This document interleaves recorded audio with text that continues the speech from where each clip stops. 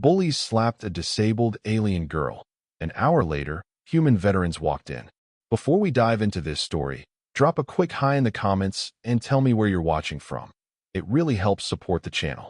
The incident occurred in the bustling central food court of Nexus Station, the largest interspecies trading hub in the Orion Arm. 17-year-old Valix stood frozen behind the counter of her family's cerulean cuisine stall, her 4 secondary limbs trembling uncontrollably, as they always did when she felt threatened. The towering draconid youth leaned across the counter, his scaled face twisted in a sneer.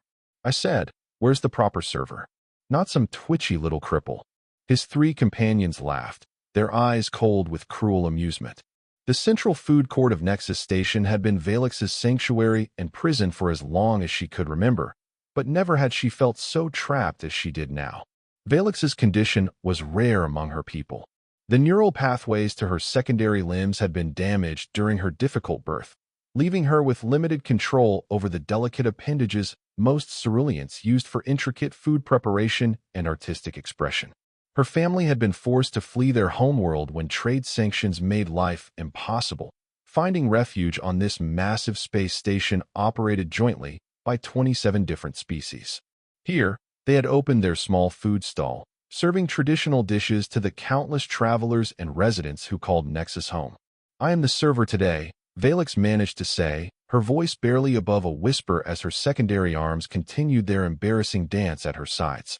She forced herself to meet the draconid's gaze, though her natural instinct was to look away.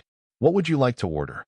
The tallest of the draconids, clearly their leader, made a theatrical display of reading the menu. "I'd like something that hasn't been touched by defective hands." His companions hooted with laughter, drawing the attention of nearby diners. Most looked away quickly, unwilling to get involved. Interspecies conflicts were common enough on Nexus, and station security was often slow to respond to minor incidents that didn't involve physical violence or property damage. Valix felt heat rise to her face, the blue pigment of her skin darkening with embarrassment. She'd endured comments before, but rarely so direct, so public, so deliberately cruel. Her parents were attending a supplier meeting on the lower levels. They wouldn't be back for hours. She was alone, and that knowledge emboldened her tormentors. "Our food is prepared according to all Nexus health regulations," she said, trying to sound firm despite the tremor in her voice. "If you don't wish to order, please step aside for other customers." Except there were no other customers waiting. The small crowd that had gathered was only there to watch the spectacle. The draconid's eyes narrowed. With alarming speed, his hand shot forward, knocking aside the display of prepared samples and sending them crashing to the floor. "Clumsy me," he said with mock concern. But then, accidents happen when freaks are allowed to serve food. Valix began to back away, but the counter blocked her escape. Instinctively, she raised her primary arms in a defensive gesture as the draconid's companions circled around to the service entrance of the stall. Their leader leaned in closer.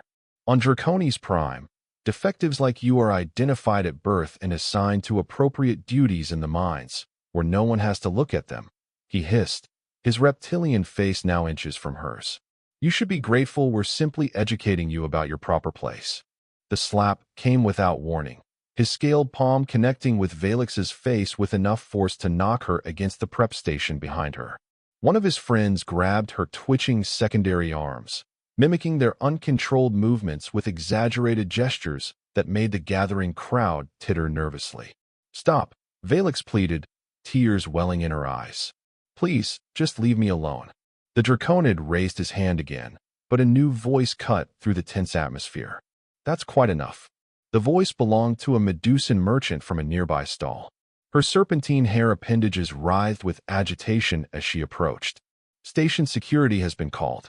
They'll be here shortly." It was a bluff, Valix could tell from the Medusan's nervous posture, but it was enough to make the draconids hesitate. Their leader hissed in annoyance. "We were just leaving anyway. This garbage they call food isn't worth our time." He leaned in one last time toward Valix. "We'll be back tomorrow. Maybe by then you'll have learned your place." With a final dismissive gesture, he knocked over a stack of serving containers before sauntering away with his cronies, their laughter echoing through the food court. The crowd dispersed quickly, no one meeting Velix's gaze. The Medusan merchant approached cautiously. "Are you all right, child? Should I call medical?" Velix shook her head, fighting back tears. "No, thank you for intervening. I'll be fine." But she wasn't fine. The side of her face stung, and worse than the physical pain was the humiliation. For a brief, terrible moment, she wondered if the Draconid was right. Perhaps there was something fundamentally wrong with her, something that meant she didn't deserve to occupy public space like normal people. The Medusan looked unconvinced but nodded. "If you're sure. I've seen those young thugs before. Their parents are diplomats or traitors. They think the rules don't apply to them." She helped Velix clean up the mess before returning to her own stall.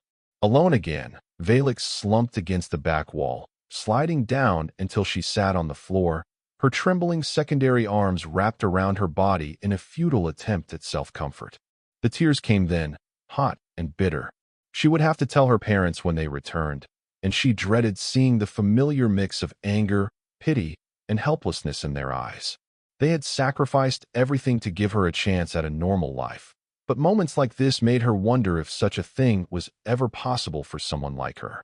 Little did Velix know that her encounter hadn't gone entirely unnoticed. At a table in the far corner of the food court, 3 humans had witnessed the entire incident. They had been quietly sharing a meal, enjoying their first day of shore leave after 6 months aboard the U.S. Dauntless. Now, their faces were grim as they exchanged glances. Staff Sergeant Malik Johnson set down his coffee mug with deliberate care. At 42, with multiple combat deployments behind him, he'd seen enough bullying in his lifetime to recognize it in any species. Beside him, Chief Petty Officer Dana Rodriguez's hand had tightened around her fork until her knuckles turned white. The youngest of their group, Corporal Ethan Cole, was already half out of his seat, his expression thunderous. "Sit down, Cole," Johnson said quietly. "Not yet. You saw what they did, Sarge," Cole protested, his voice tight with anger. "We can't just—" "I said, not yet," Johnson repeated, his tone brooking no argument. "We do this right, or we don't do it at all." He turned to Rodriguez. "Dana, what's the read on those Draconids? Background, likely habits." Rodriguez, who had served as an intelligence specialist before transferring to the diplomatic security detail, considered the question. "Young males, probably late adolescents. Based on their clothing and jewelry, they're from affluent families, diplomatic corps, or merchant class. Their kind tend to be territorial, establishing routines. If they said they'll be back tomorrow, they meant it." Johnson nodded, the beginnings of a plan forming in his mind. "Then we have some time to prepare? First, we need more information." He glanced over at the cerulean girl, who was now struggling to compose herself as she cleaned up the mess the Draconids had left. "Cole, you're up. Go buy something from her stall. Be friendly, but not too friendly. Don't mention what happened unless she does. Just gather intel." Cole nodded, understanding the assignment. As the youngest and least intimidating of their group, he was the natural choice for this part of the mission. "What about station security?" he asked. Johnson's expression hardened. "Based on what we just saw, I wouldn't count on them. But we'll do this by the book, as much as possible." He didn't need to elaborate. All 3 of them had served in enough trouble spots across human and alien space to know that official justice systems didn't always serve everyone equally. As Cole made his way toward the cerulean's food stall, Rodriguez leaned toward Johnson. "You know this could cause an incident. If those kids are connected like I think they are." "I know," Johnson interrupted. "But some things transcend politics and regulations." He met her gaze steadily. "We've all lost too much to stand by and watch this happen. Besides, who said anything about causing an incident? We're just going to have a civilized conversation tomorrow." Rodriguez's lips curved in a smile that didn't reach her eyes. "Of course, Sarge. Just a civilized conversation." Across the food court, Cole approached Velix's stall with a carefully casual demeanor. The young cerulean had managed to restore order to her workspace, though her eyes remained downcast, and her secondary arms continued to twitch and tremble. "Hey there," Cole said, keeping his voice gentle. "I've been wanting to try some cerulean food since I got to the station. What would you recommend for a first-timer?" Velix looked up, surprise momentarily replacing the shame and fear in her large, luminous eyes. She hadn't expected any customers after the scene the Draconids had caused. especially not a human. Their kind were still relatively rare on Nexus Station. We have several dishes that humans generally find palatable, she said, making a visible effort to speak professionally despite her trembling limbs. Our sweet spice rolls are popular, or perhaps a bowl of crescent soup? Cole smiled, pretending not to notice her distress. Both sound great. I'll take one of each. As Valix began preparing his order, he added conversationally, I'm Ethan, by the way. Just got shore leave from the Dauntless. I'm Valix, she replied, her secondary hands working with surprising dexterity despite their trembling as she assembled his meal. You're military then? Marine Corps, Cole confirmed. First time on Nexus. It's quite a place. Valix handed him the food, accepting his payment with a slight nod. It has its moments, good and bad. I hope you enjoy your stay and your meal. Cole hesitated, weighing Johnson's instructions against his own instincts. Listen, about what happened earlier. Please, Valix cut him off, her voice tight. I'd rather not discuss it. Cole nodded, respecting her wishes. I understand. Just wanted to say that not everyone on this station thinks like those guys. He took his food and added casually, my friends and I come here often. We'll probably see you around. It wasn't true. Of course, they'd only arrived on the station yesterday, but the message was clear enough. She wasn't alone. Cole returned to his companions, setting down his purchases on their table. Well, Johnson asked. Her name is Valix, Cole reported quietly. She's understandably shaken up. Didn't want to talk about what happened. Johnson nodded. Not surprising. What else? She's got skill, despite her condition, Cole said, gesturing to the perfectly prepared food. Those tremors don't stop her from doing her job. Rodriguez was already accessing information on her personal device. Ceruleans, she read. Highly communal species, six-limbed humanoids. Known for their artistic and culinary traditions. Their secondary arms are specialized for fine manipulative tasks. She looked up. A neural disorder affecting those limbs would be particularly devastating in their culture. Explains why those draconid punks targeted her specifically, Johnson said grimly. Maximum psychological impact. He'd seen similar tactics used in warfare, attacking not just the body, but the identity and dignity of the target. Cole took a bite of his food, his eyes widening in surprise. This is actually really good, he said. Focus, Marine, Johnson admonished, though there was no real heat in his words. What's our next move? Rodriguez had been continuing her research. Those draconids, based on their markings and scale patterns, they're likely from the ruling caste. If they're who I think they are, their parents are part of the trade delegation. Diplomatic immunity. Johnson's expression darkened. Of course they are. He was silent for a moment, then seemed to come to a decision. We proceed as planned. Tomorrow, we return, in uniform. Full dress. Cole and Rodriguez exchanged glances. Full dress uniforms, mint medals, campaign ribbons, the works. It was a statement. Are you sure that's wise, Sarge? Rodriguez asked. The brass won't like us drawing attention. Johnson's smile was cold. Who said anything about drawing attention? We're just three veterans enjoying the local cuisine. If we happen to be there when those draconids return, well, that's just a coincidence. As they finished their meal, making plans for the following day, none of them noticed the small security drone hovering near the ceiling of the food court, its camera focused on their table. On the security deck 6 levels below, a Nexus security officer watched the footage with interest, making note of the human's conversation before flagging it for review by her superior. The wheels of several different agendas had been set in motion, all revolving around a trembling cerulean girl who had never wanted to be the center of any conflict. The following morning, Valix approached her family's food stall with dread pooling in her stomach. She had told her parents about the incident when they returned from their meeting, downplaying the physical confrontation but unable to hide the damage to their inventory. Her father had been furious, vowing to file a complaint with station security, while her mother had simply held her close, her own secondary arms enveloping Valix in a gesture of protection and comfort that made her feel like a child again. But complaints rarely led to action, especially against the privileged. Valix knew this from bitter experience.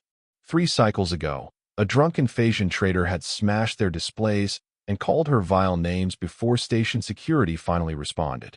The official report had classified it as a cultural misunderstanding, and no charges were filed.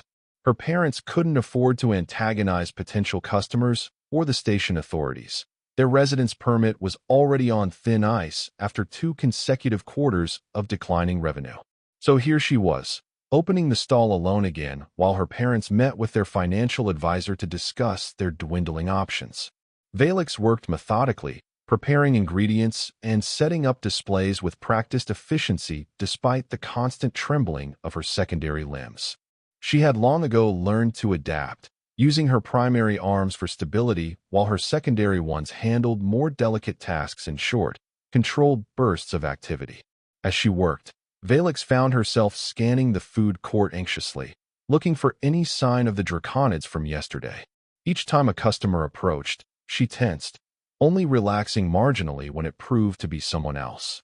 The constant vigilance was exhausting, but she couldn't help it. Their promise to return had haunted her dreams all night. 2 hours into her shift, business was slower than usual. Word had spread about yesterday's incident, and many regular customers were giving the stall a wide berth, not wanting to get caught in any potential conflict. Valix tried not to feel hurt by this. It was simply practical for them, but the isolation stung nonetheless. Just before the midday rush, she spotted them, the 4 draconids entering the food court from the main concourse. They moved with the same arrogant swagger as before, scaling bodies rippling with barely contained aggression as they spotted her. Valix felt her breathing quicken, her secondary arms beginning to spasm more violently as adrenaline flooded her system. There was nowhere to run, nowhere to hide.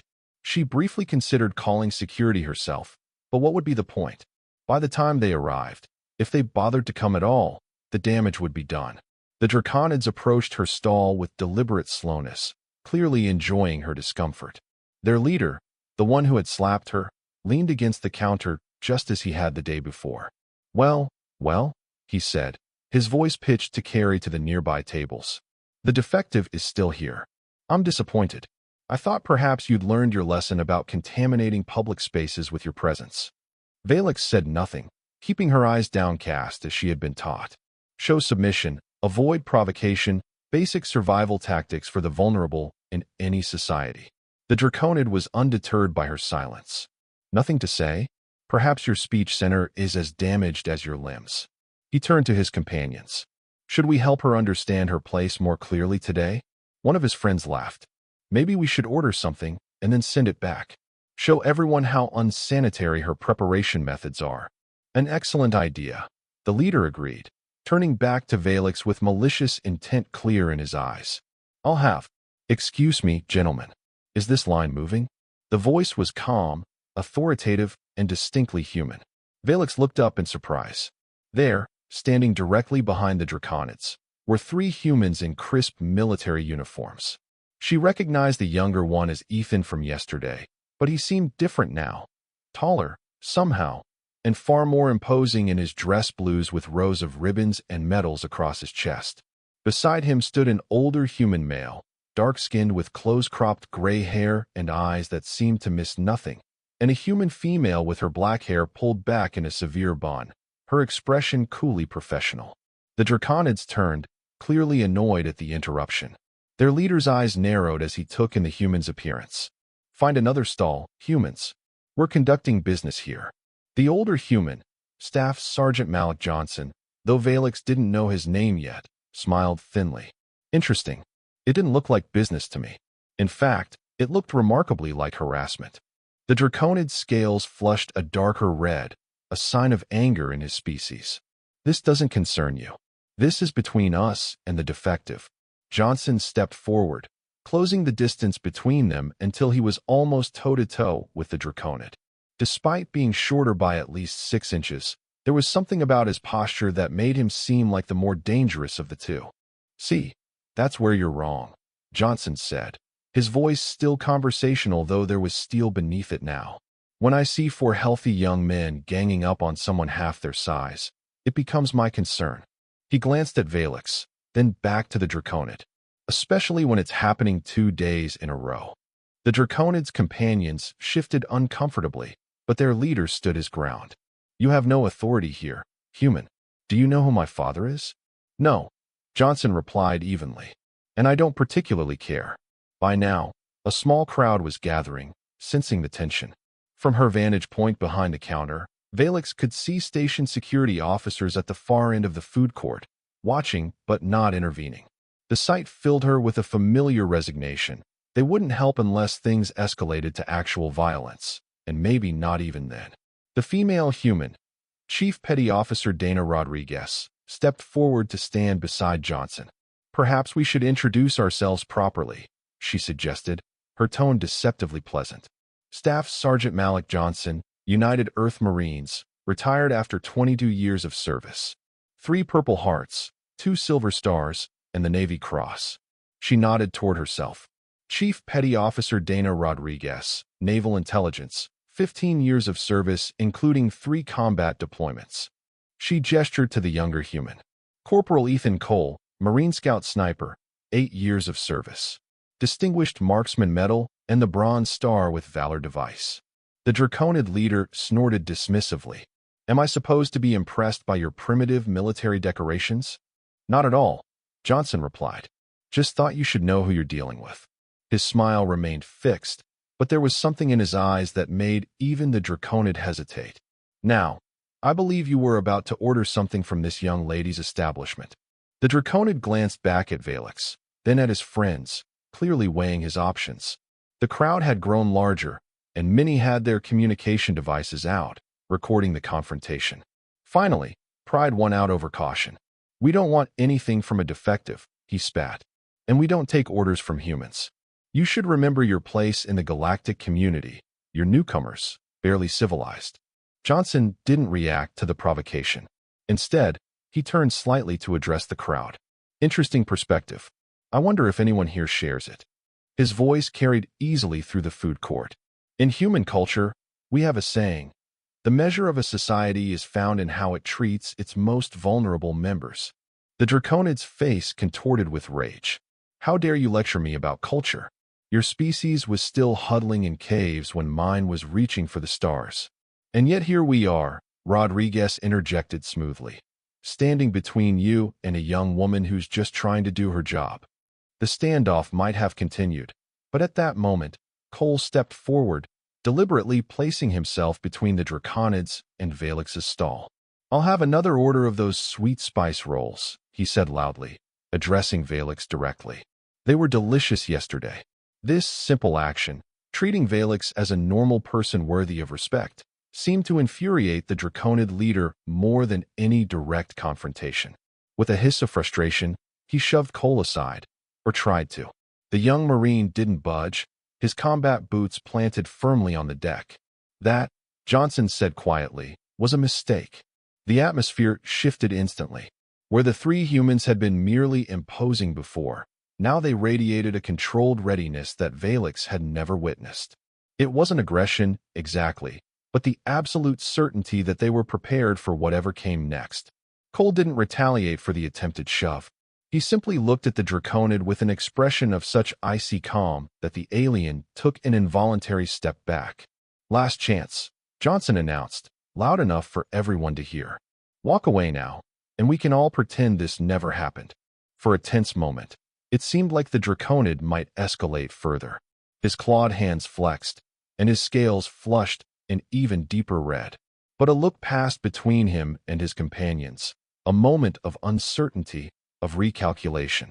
Whatever they saw in the humans' faces gave them pause. This isn't over, the Draconid leader snarled, but there was less conviction in his voice now. Come on, he said to his friends. Let's find somewhere less contaminated to eat. With a final glare at Valix and the humans, he turned and stalked away, his companions following reluctantly. The crowd parted to let them pass, many openly recording the Draconid's retreat on their devices. As they disappeared down the concourse, a collective exhalation seemed to pass through the food court. The security officers who had been watching from a distance finally approached, but Johnson intercepted them before they could reach Valix's stall. Just a minor disagreement over queue etiquette, he told them with a disarming smile. All resolved now. The lead officer, a Tritonian with translucent skin that revealed the complex network of blood vessels beneath, looked skeptical. We have reports of a potential interspecies incident.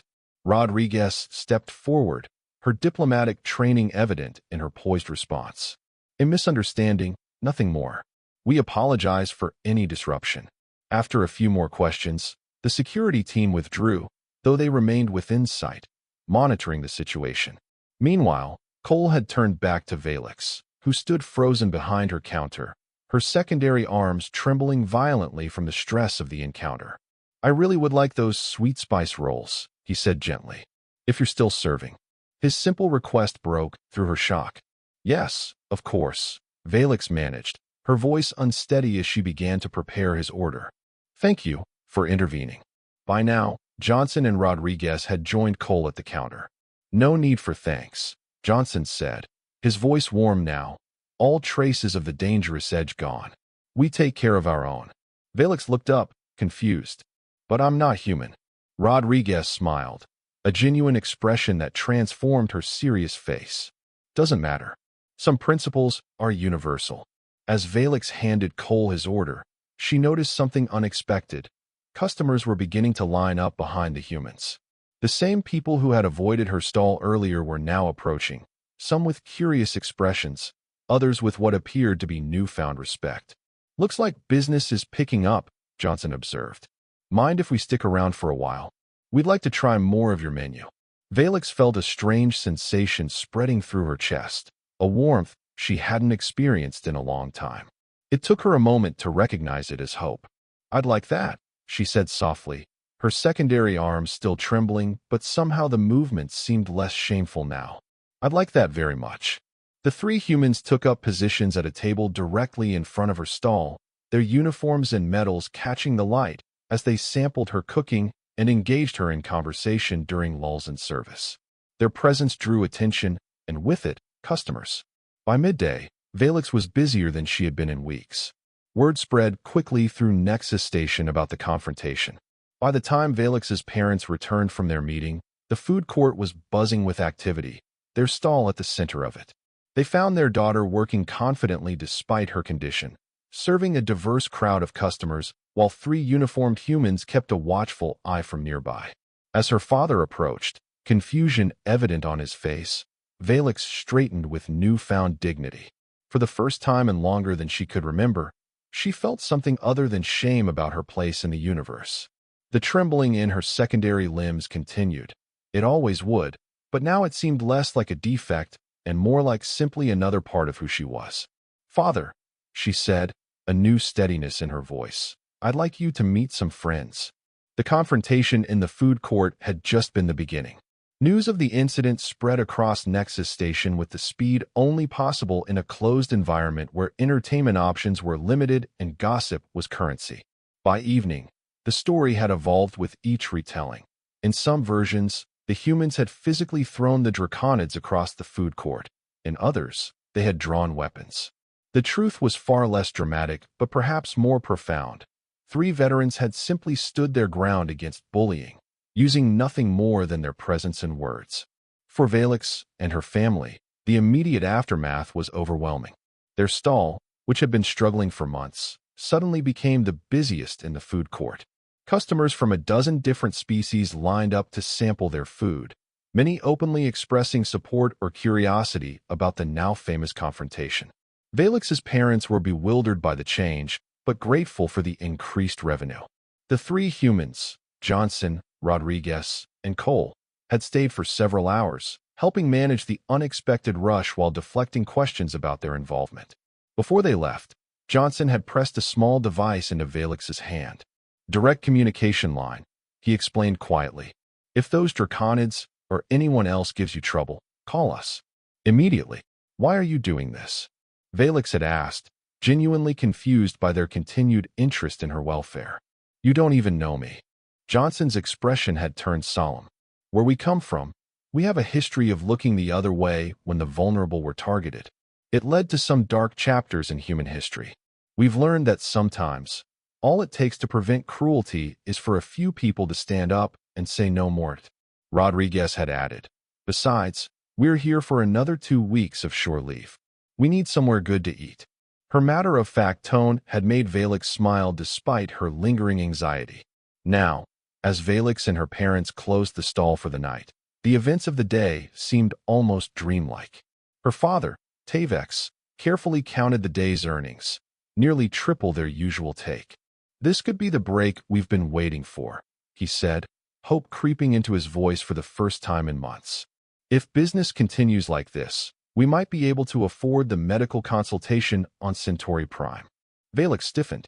The consultation, a specialist who claimed to have developed a new neural regeneration technique that might help control her tremors, had been a distant dream for years, always just beyond their financial reach. She had stopped allowing herself to hope for it. "Let's not get ahead of ourselves," her mother, Leary, cautioned. "One good day doesn't solve everything." But even she couldn't hide the optimism in her voice. As they made their way back to their small living quarters in the residential section of the station, Valix felt a strange mixture of emotions. Relief at having survived another encounter with the Draconids. Gratitude toward the humans who had intervened. But beneath it all, a nagging worry. What would happen when the veterans left the station? Would the Draconids return, more vengeful than before? And why had she become the focal point of what was clearly becoming a larger conflict? She didn't have to wait long for answers. The following morning, as they prepared to open the stall, a station official appeared. A tall, severe Axlosian whose gelatinous form was contained within an environment suit. He introduced himself as Administrator Kale Vec, Department of Commercial Licensing. "We've received a formal complaint," he announced without preamble, his translator rendering his burbling speech into flattened standard. "Allegations of unsafe food handling practices and violation of health codes." Valix's father stepped forward protectively. "That's absurd. We've passed every inspection. Our ratings are exemplary." The administrator's expression was unreadable behind his faceplate. "Nevertheless, regulations require an immediate investigation of all formal complaints. Your stall will remain closed until this matter is resolved." "This is about yesterday, isn't it?" Valix found herself speaking up, surprising both her parents and herself. "The Draconids are retaliating because they were embarrassed." KL Vec's upper appendages rippled in what might have been discomfort. "The identity of complainants is confidential. This is merely procedural." "How long will the investigation take?"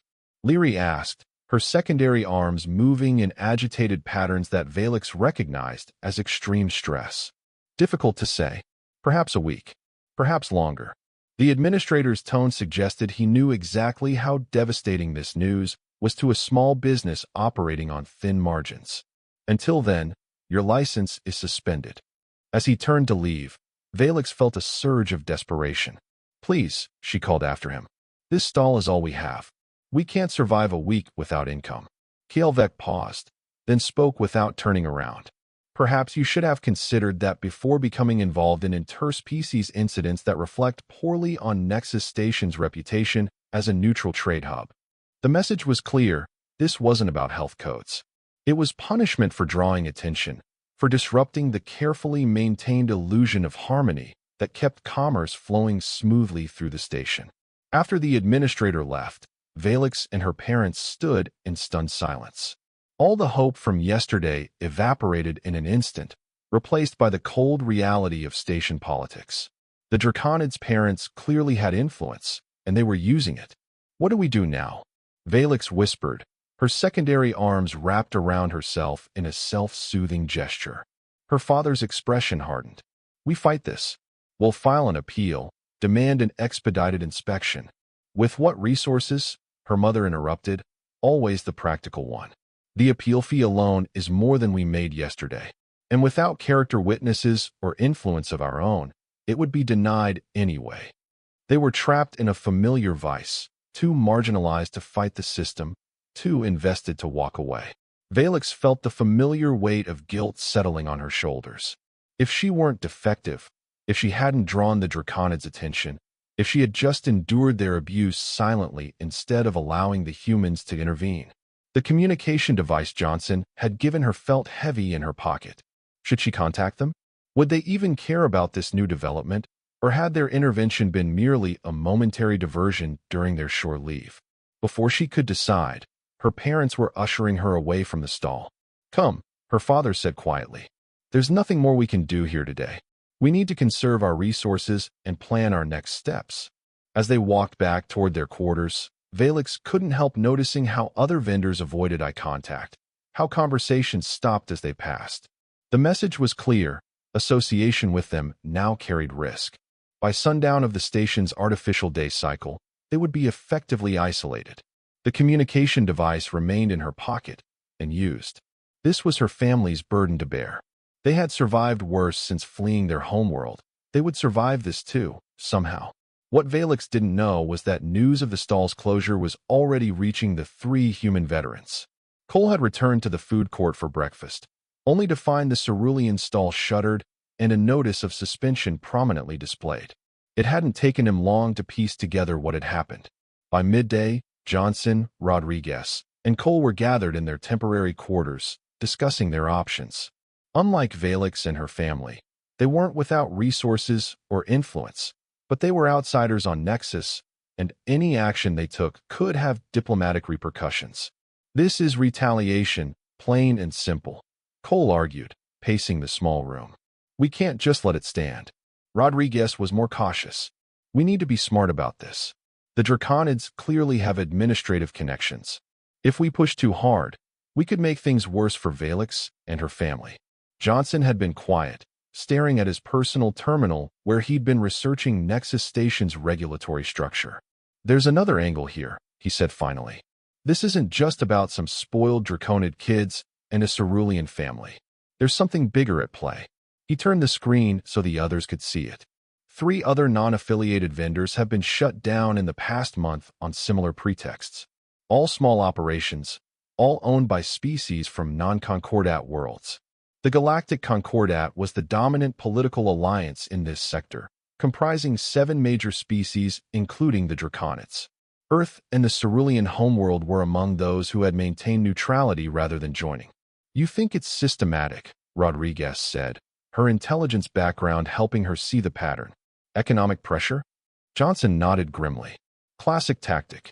Squeeze the independents until they either leave or accept protection from one of the major players. So what do we do? Cole asked, his youthful impatience evident. We can't fight the whole station administration. No, Johnson agreed, but we can fight this one case. And sometimes, one case is all it takes to expose a larger problem.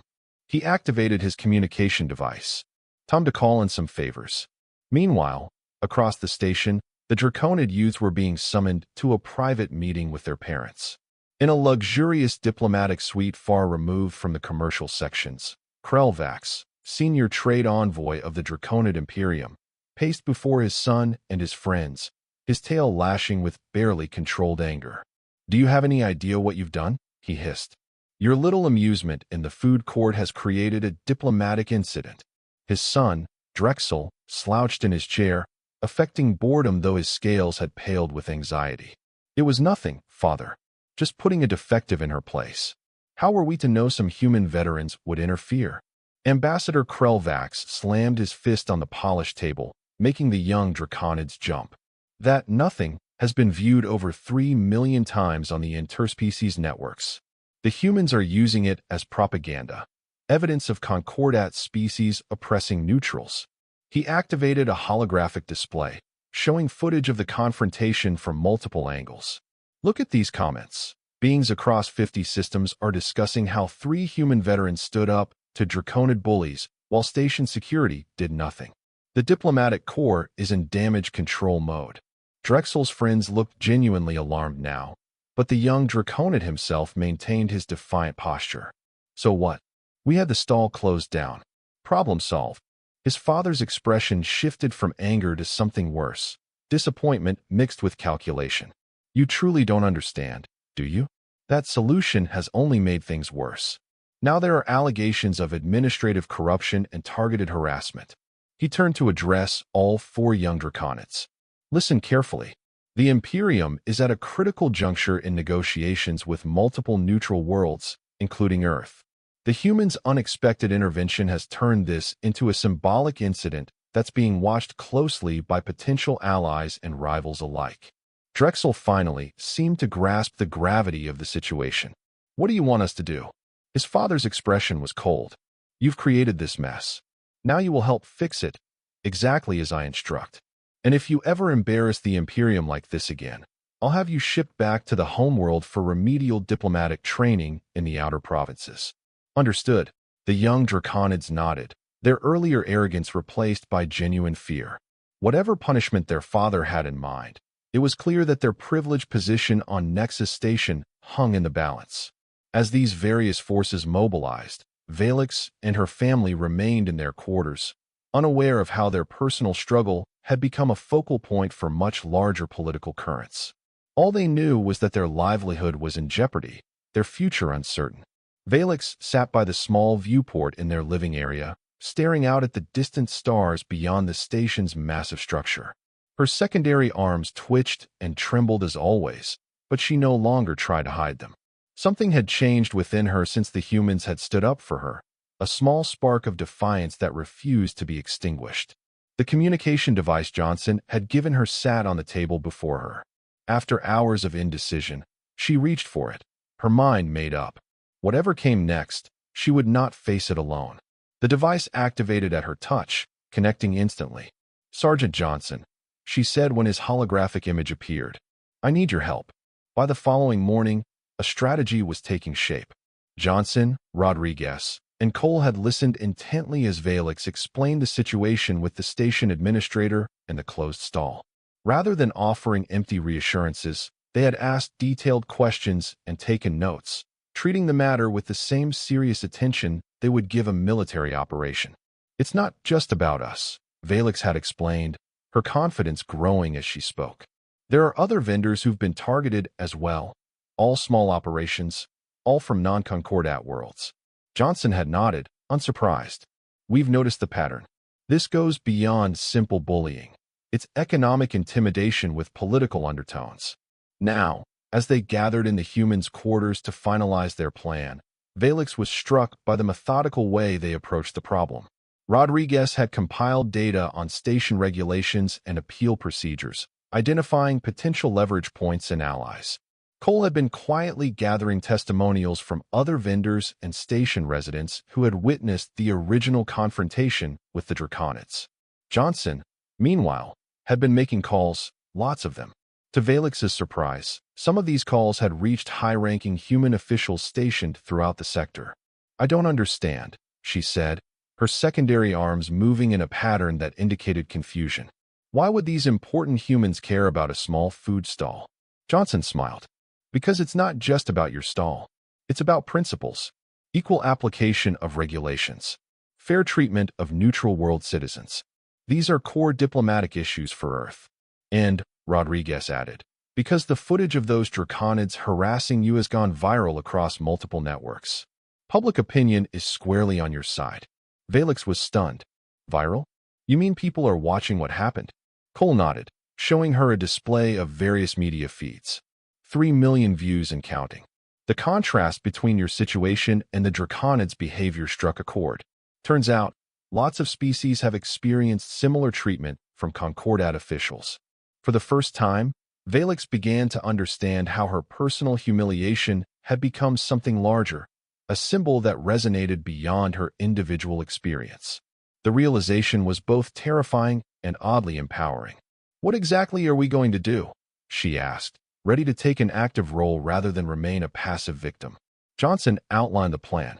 "First, we file a formal appeal against the closure. That's already in process. But the real strategy is two-pronged.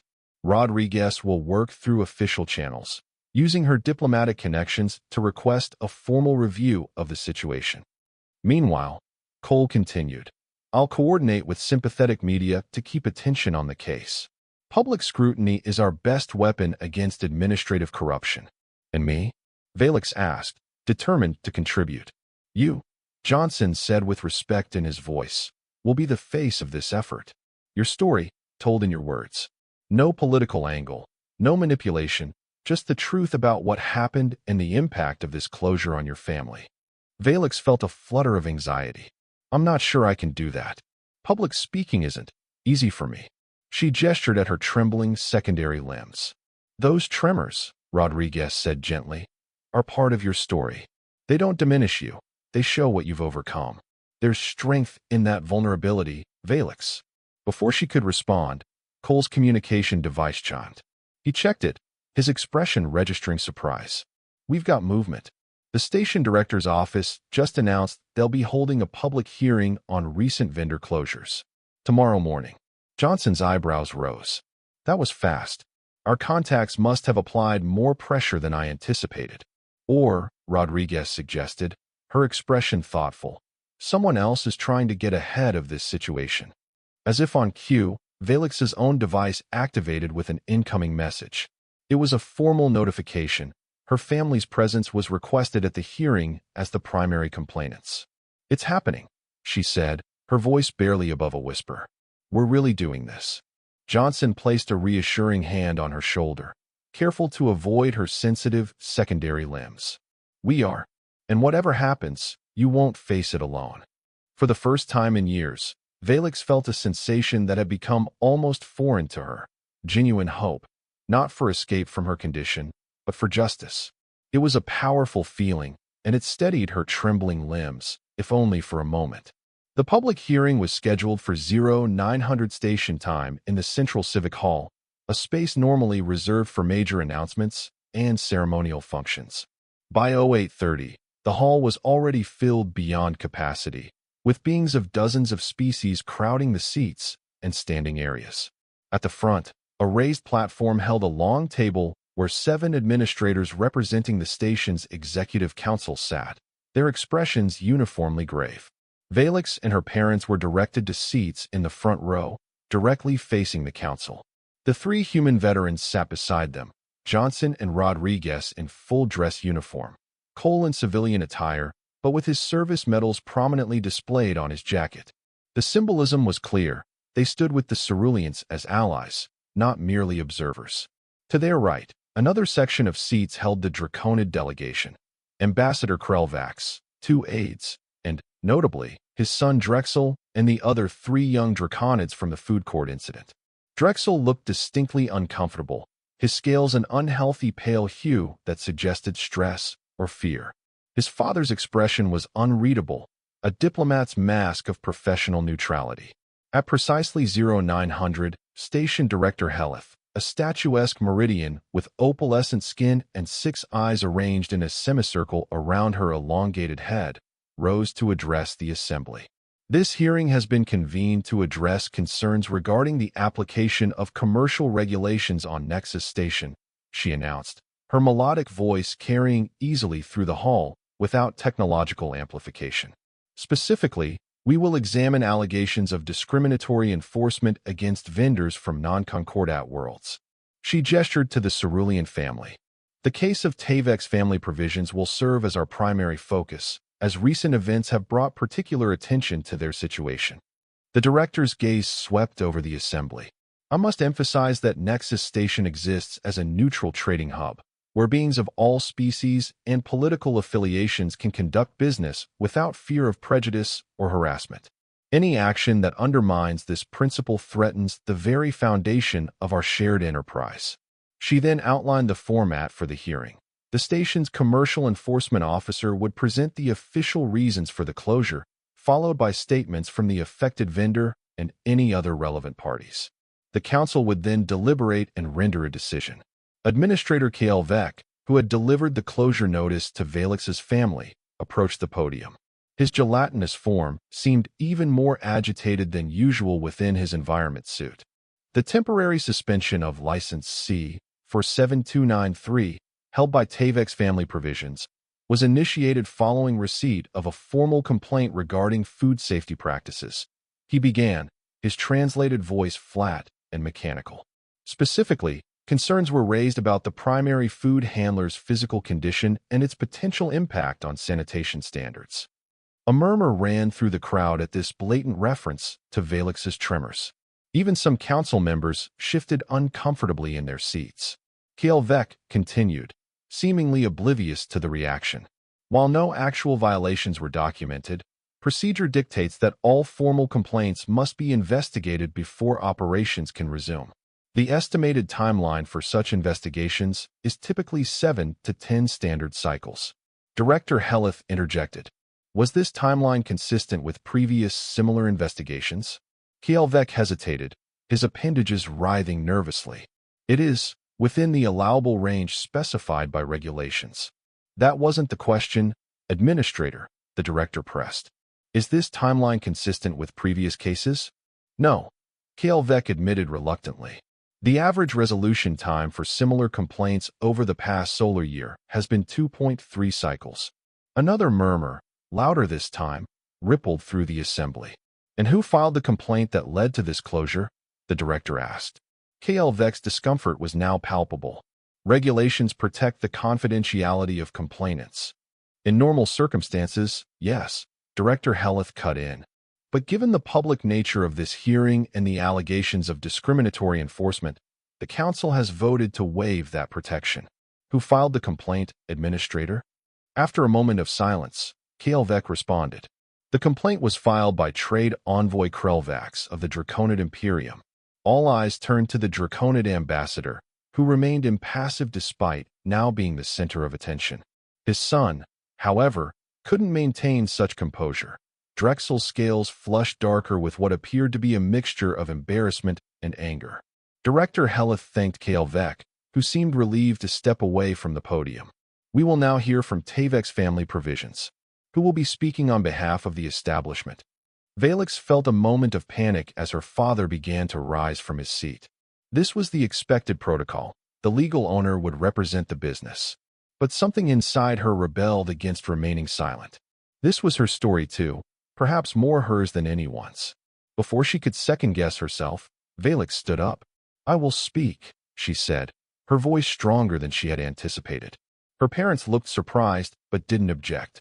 Johnson gave her an encouraging nod as she made her way to the podium, aware of hundreds of eyes following her progress, many focused on her visibly trembling secondary limbs.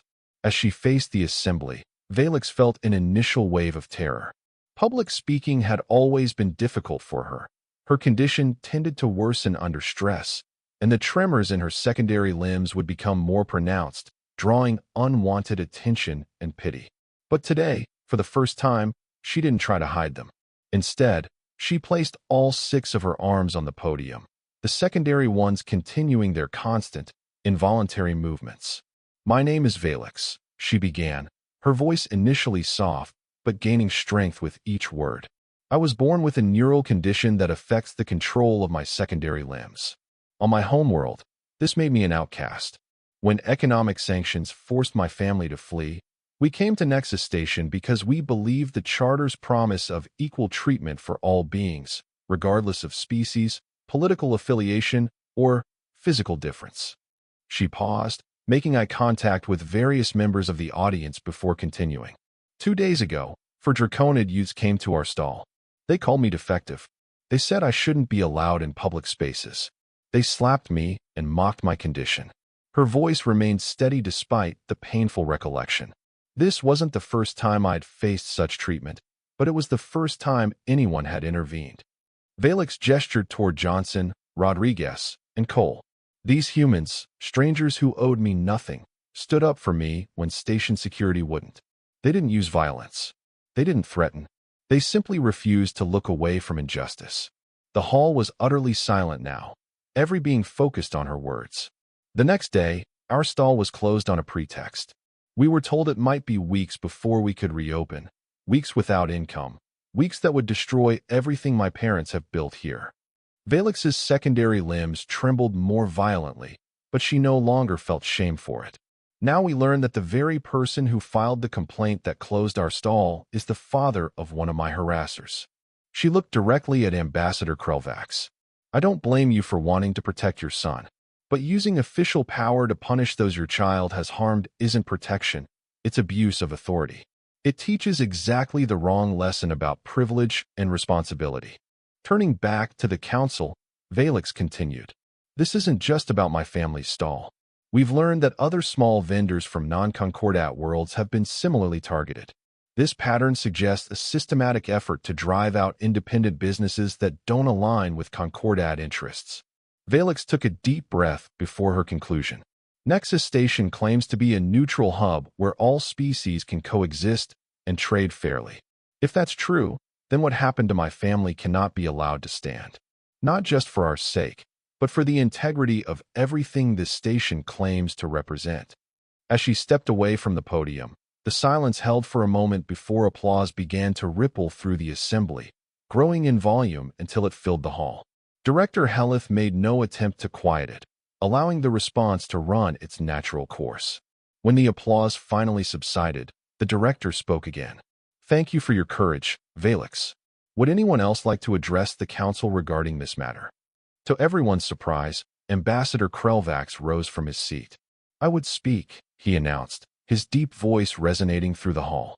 As the Draconid diplomat approached the podium, the atmosphere in the room tensed. Valix felt Johnson place a reassuring hand on her shoulder as she returned to her seat. Krelvax cut an imposing figure at the podium, his scaled form draped in the formal diplomatic attire of the Imperium.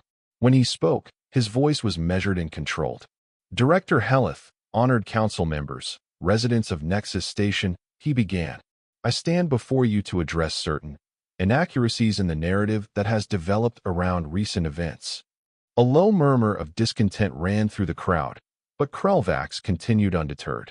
"It is true that I filed a formal complaint regarding Tavek's family provisions.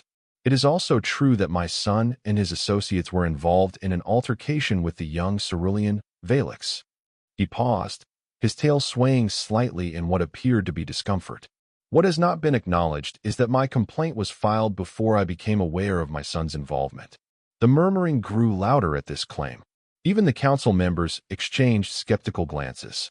Furthermore, Krelvax continued, "While I maintain that all health regulations should be strictly enforced on Nexus Station, I must concede that the recommended timeline for investigation in this case appears disproportionate compared to similar cases."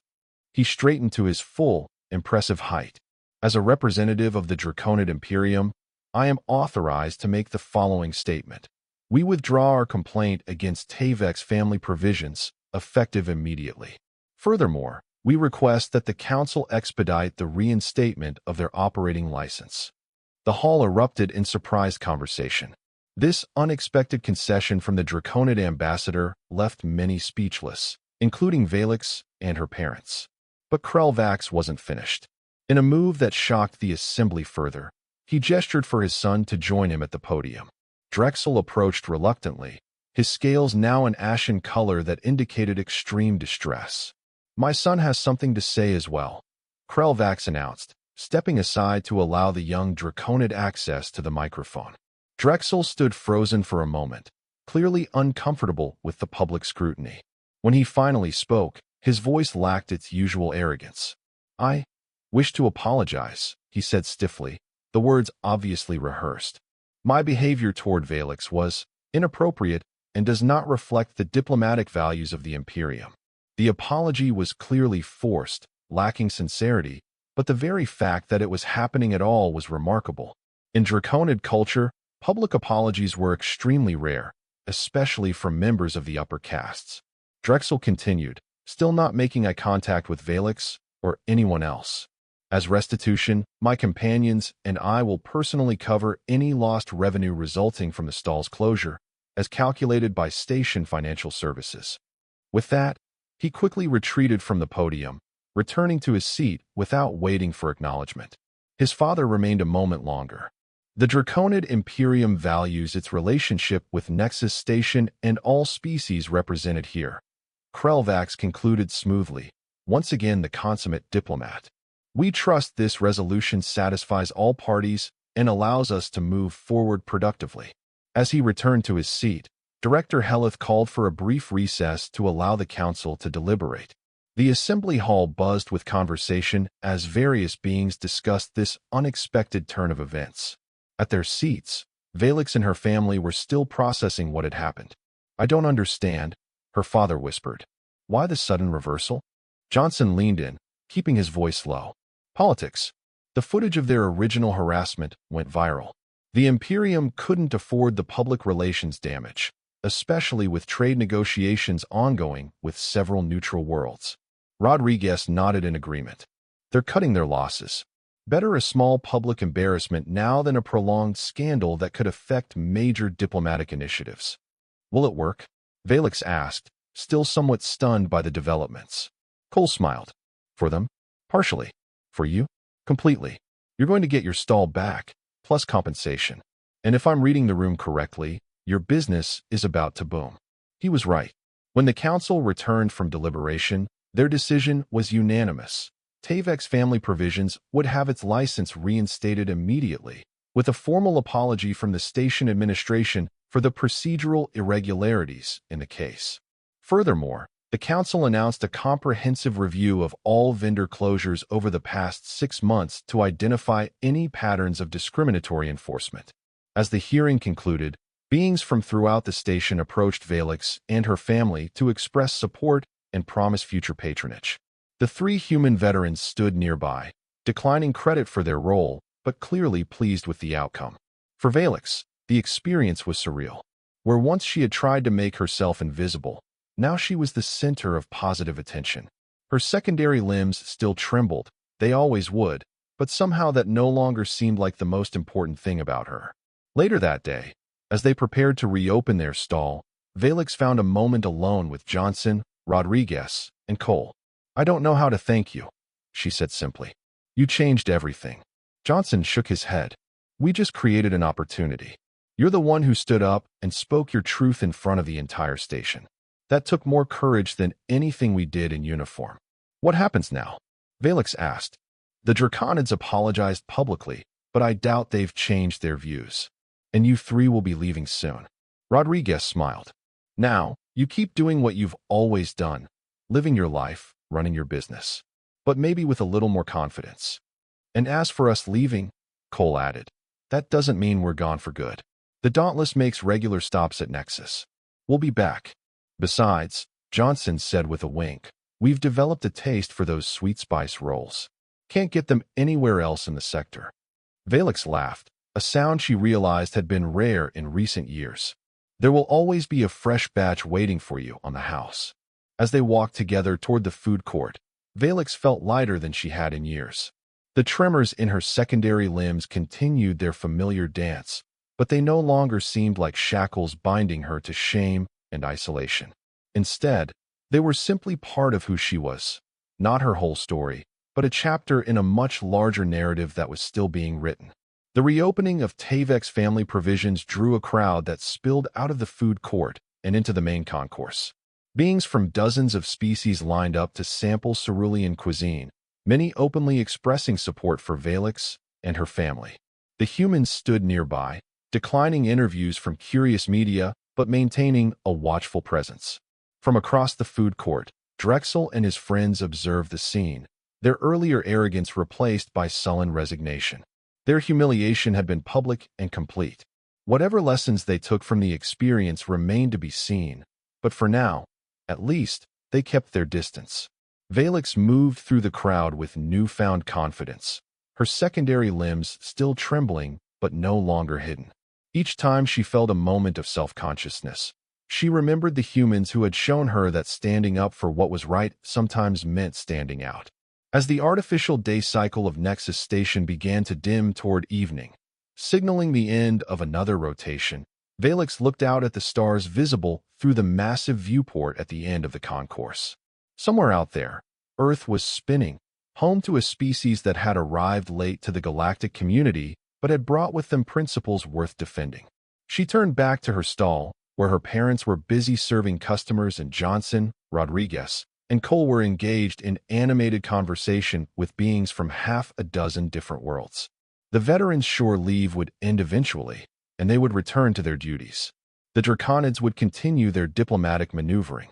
Life on Nexus Station would go on. But something fundamental had changed, not just for Valix and her family, but perhaps for the station itself. A small incident involving a disabled alien girl and 3 human veterans had cracked the veneer of political expediency that had allowed injustice to flourish in shadows. Light had entered through that crack, and in its illumination, a better path forward had become visible. Valix picked up a tray of freshly prepared samples, her trembling secondary limbs managing the task with practiced skill. As she moved toward the waiting customers, she held her head high. The tremors would always be with her, But so too would the memory of the day when Bullies slapped a disabled alien girl. And an hour later, human veterans walked in and changed everything. In the weeks that followed, life on Nexus Station settled into a new normal. Tavek's family provisions thrived, with customers often lining up before the stall opened each morning. The promised compensation from the Draconids had been paid promptly, allowing Valix's family to upgrade their equipment and even hire additional help during peak hours. More significantly, the Council's review of vendor closures had uncovered a clear pattern of discriminatory enforcement against businesses from non-Concordat worlds. Several administrators, including Kale Vec, had been reassigned pending further investigation. New regulatory oversight committees had been established, with representation from all species groups on the station. For Valix personally, the changes were even more profound. Her story had resonated across multiple worlds, inspiring others with various conditions to advocate for themselves. She had begun receiving messages from ceruleans with similar neural disorders, many of whom had lived in isolation and shame. These connections were healing something in Valix that she hadn't realized was wounded, her sense of belonging to a community beyond her immediate family. The Draconid youths had kept their distance, though occasionally Valix would spot Drexel watching her from afar, his expression unreadable. Whatever thoughts or feelings churned behind his scaled features remained his own. His father, Ambassador Krelvax, had returned to his diplomatic duties, the incident apparently closed from the Imperium's perspective. As for the human veterans, they had indeed departed on the Dauntless when their shore leave ended. But true to their word, they stayed in contact. Johnson sent regular messages checking on Valix and her family's welfare. Rodriguez provided useful information about trade regulations and diplomatic developments that might affect their business. And Cole, the youngest and most impulsive of the three, sent lighthearted updates about life aboard the Dauntless along with creative recipe suggestions that fused human and cerulean culinary traditions. 3 months after the incident, Valix stood at the viewport in their now expanded living quarters, watching as a human military vessel docked at Nexus Station. The Dauntless had returned, right on schedule. Soon, Johnson, Rodriguez, and Cole would walk through the station corridors, perhaps heading directly to the food court for those sweet spice rolls they claimed to miss so much. Valix smiled at the thought, her secondary limbs moving in their perpetual dance. She no longer tried to still them or hide them. They were part of her, like her blue skin or her luminous eyes. The neural consultation on Centauri Prime was still in her future. Her parents had insisted on saving the money despite the improved business, but whether it helped control her tremors or not, Valix had made peace with herself. As she prepared to head to the family stall for her shift, Valix caught her reflection in the polished surface of the viewport. The face that looked back at her was changed from the frightened girl who had cowered before Draconid bullies. There was strength there now, and purpose, not despite her difference, but alongside it. She thought about what Johnson had said during their last conversation before the Dauntless departed. Courage isn't the absence of fear, Valix. It's feeling the fear and standing your ground anyway. You've got more courage than most soldiers I've served with. The words had stayed with her, a touchstone during moments of doubt. She wasn't fearless, far from it. But she had learned that fear didn't have to define her actions or limit her possibilities. As Valix made her way through the busy corridors of Nexus Station, many beings nodded in greeting or called her by name. Where once she had tried to make herself invisible, now she moved with confidence, returning greetings and engaging in brief conversations. Arriving at the food court, she spotted them immediately, Johnson, Rodriguez, and Cole, still in their travel uniforms, scanning the area. When Cole saw her, his face lit up with a grin, and he waved enthusiastically. Valix raised all 6 arms in response, her secondary limbs moving in their uncontrolled patterns.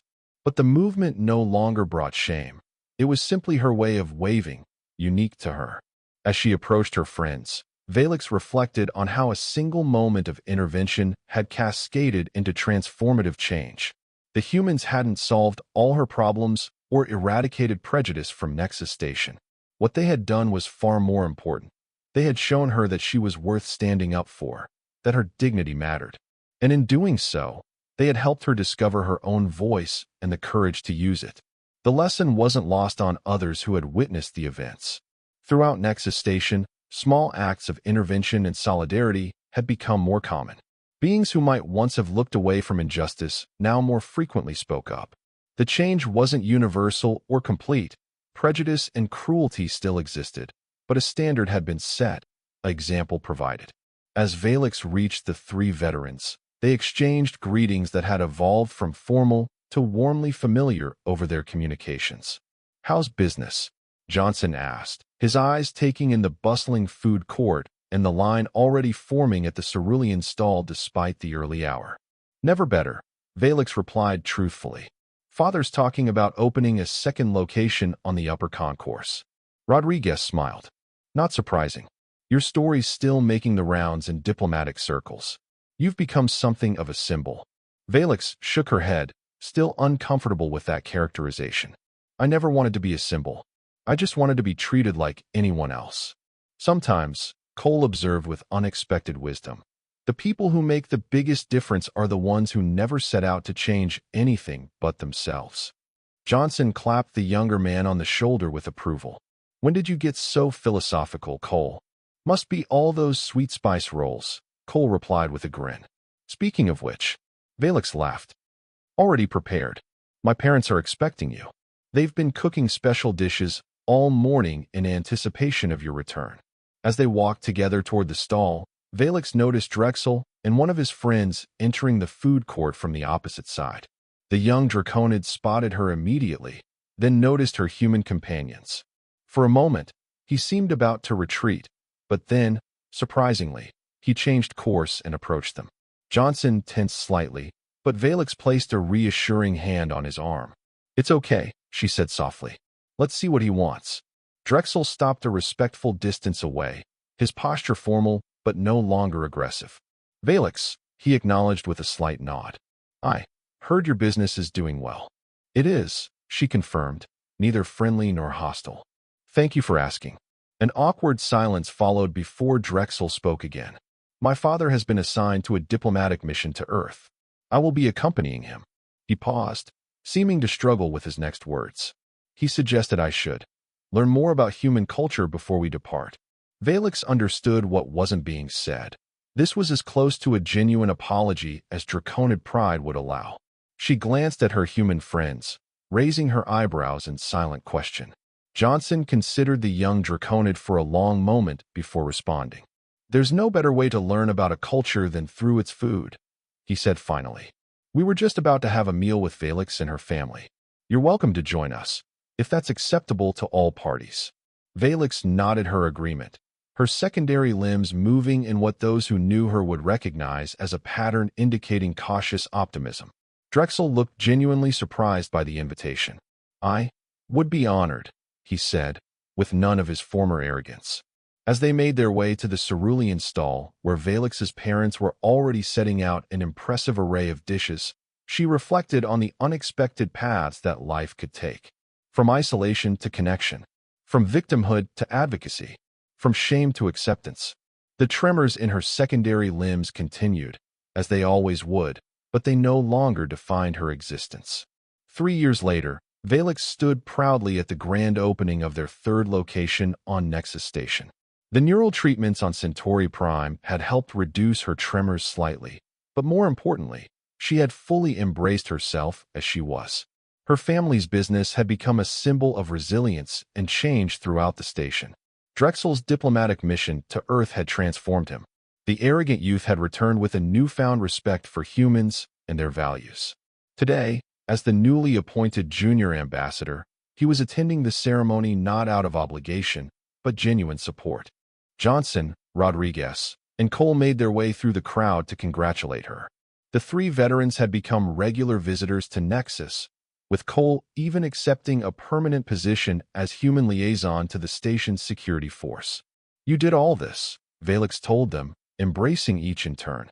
"No," Johnson corrected gently. "You did this yourself. We just happened to walk in at the right time." As the celebration continued around them, Valix realized that what had begun as a terrible moment of humiliation had transformed into something powerful. The story of a disabled alien girl and the human veterans who stood for her had spread across dozens of worlds, inspiring countless others to intervene when they witnessed injustice. To unexpected friendships, Rodriguez proposed, raising her glass in toast. Everyone joined, including Drexel, who had learned that true strength came not from dominating others, but from standing beside them in solidarity. That night, as Valix looked out at the stars beyond the station, she felt complete. Her secondary limbs still trembled, but they now moved with purpose, preparing specialties that beings traveled across sectors to experience. Her difference had become her signature. The universe remained imperfect, filled with prejudice and cruelty, but also with those willing to stand against it. Sometimes, all it took was a few good people refusing to look away when someone vulnerable needed help. And that was the end of the story. If you listened all the way to here, don't forget to leave feedback about what you thought of the story in the comments, whether positive or negative. Your feedback helps us improve. Also, leave your like and subscribe to the channel for more stories like this one. And I'll leave here on the screen another video that I'm sure you'll like. Big hug, and see you in the next story.